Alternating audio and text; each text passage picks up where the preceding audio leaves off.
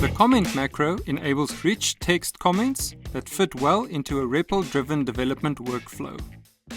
It takes any number of expressions as arguments and returns nil. The expressions in the comment body are not evaluated.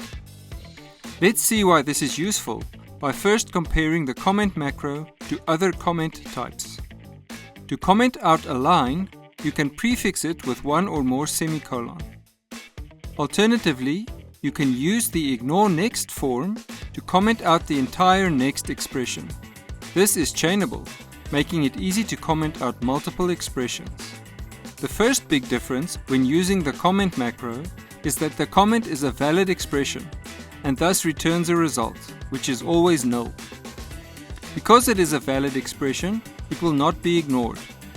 This means syntax highlighting will still be applied and any linting mistakes will be picked up. The clojure reader will read the comment body without executing it. That means that any invalid closure will cause the read to fail.